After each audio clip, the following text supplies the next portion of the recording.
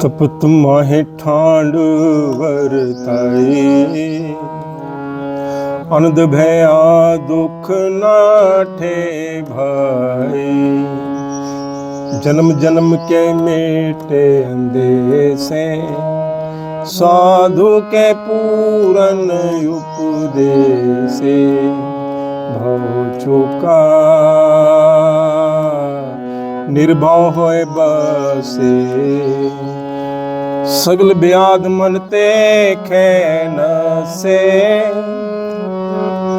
जिसका सातिन कृपा धारी, साध संग जप नाम मुरारी। थित पाई चूके भ्रम गवन, सुन नानक हरि हरि जसु श्रवण। तपत माहे ठांड वरताई, आनंद भया दुख नाठे भाई।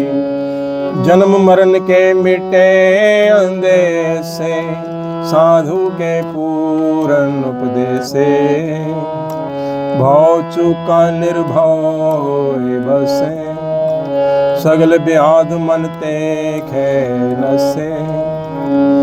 जिसका सातिन कृपा धारी, साध संग जप नाम मुरारी। थित पाई चूके भ्रम गवन, सुन नानक हरि हरि जस श्रवण। थित पाई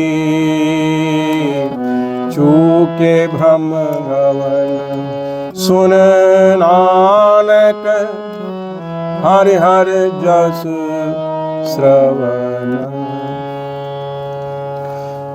वाहिगुरु जी का खालसा, वाहिगुरु जी की फतेह।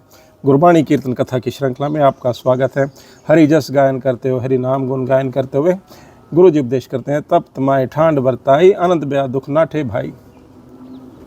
तो ये सारा संसार सपना है ना। सपने के अंदर जो चीज़ है वो नकली होती है, वो परमानेंट तो होती नहीं है, वो स्थिर नहीं होती, वो द्वैत ही द्वैत होती है। जब तक द्वैत में रहता है इंसान, तब तक वो तपत ही तपत रहनी है। जब एक ओंकार प्रभु के साथ जुड़ता है ना, तो वो सच्ची आ सच, जुगा सच, है भी सच, नानक हो भी सच, तब हृदय को शांति मिलती है। इस तपते संसार में तप्त माए ठांड बरताई, प्रभु का नाम हृदय में आया और बस तभी ठंडक आ जाती है इस तपते संसार में। क्योंकि तपता संसार है, सारा का सारा तो भ्रम है ना। आनंद भया दुख नाठे भाई, तो तब तो आनंद ही आनंद आ गया। सच को छूते ही, जैसे पारस को छूते हैं ना, सत्य को छूते ही आनंद हो गया और दुख दूर चले गए। क्योंकि प्रकाश आते ही अंधेरे की कोई जगह नहीं होती। जन्म मरण के मिटे अंदेशे, साधु के पूर्ण उपदेश से। जन्म मरण द्वैत को ही है ना, भ्रम को है, अहंकार को है, लेकिन प्रभु तो सदा सदा से रहने वाला है। जब आत्मा में से द्वैत निकल गई तो जन्म मरण के जो है अंदेशे हैं, जो दुख हैं, संताप हैं, वो भी चले जाते हैं साधु के पूर्ण उपदेश से। क्योंकि साधु जन का उपदेश पूर्ण होता है, क्योंकि वो हमको पूरे प्रभु के पास लेके जाता है, एक ओंकार प्रभु के पास। और फिर वहाँ कोई द्वैत की जगह नहीं है और जन्म मरण के कोई भी संशय वहाँ पर नहीं होते। भव चूका निर्भव हो बसे, सगल ब्याद मन ते खै नसे। जब तक द्वैत है तब तक तो बैर विरोध भी होंगे, डर भी होगा, किसी न किसी एक को दूसरे से डर होगा ना। जब सारा एक ओंकार स्वरूप हमने देख लेते हैं, दर्शन हो जाते हैं, भव चूका निर्भव हो बसे। प्रभु निर्भव है, आत्मा भी फिर निर्भीक ही हो जाती है। सगल ब्याद मन ते खै नसे, प्रभु निर्मल स्वरूप है, तो कहीं पर हमें फिर मैल न दिखाई देती है और सारी अंतःकरण जो है, सारा अंतःकरण शुद्ध हो जाता है।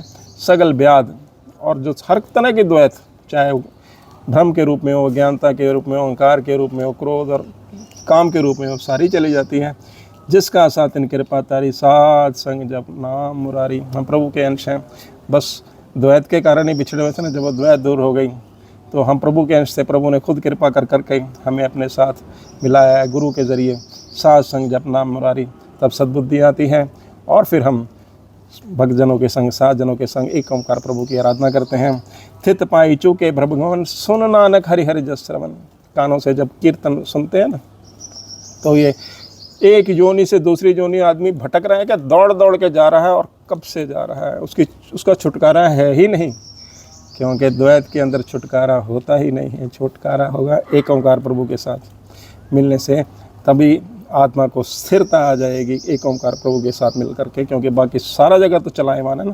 स्थित पाई फिर जो है थम जाता है आत्मा का भटकना। स्थित पाई चूके भ्रम गमन, और जो ये भ्रमण है ना, भागते जाना जोनियों से जोनी, एक गर्भ से दूसरे गर्भ दौड़े फिर रही आत्मा, वो रुक जाता है। सुन नानक हरि हरि जस श्रवण, जब हम कानों से हरि हरि का जस, प्रभु का कीर्तन, प्रभु का जस सुनते हैं, ऐसा गुरु जी उपदेश करते हैं। इसी के साथ दास को आज्ञा बख्शें, हुई गलतियों के लिए दास क्षमा का प्रार्थी है। अरदास करें कि ये कीर्तन कथा की श्रृंखला आगे भी इसी तरह से चलती रहे। वाहिगुरु जी का खालसा, वाहिगुरु जी की फतेह।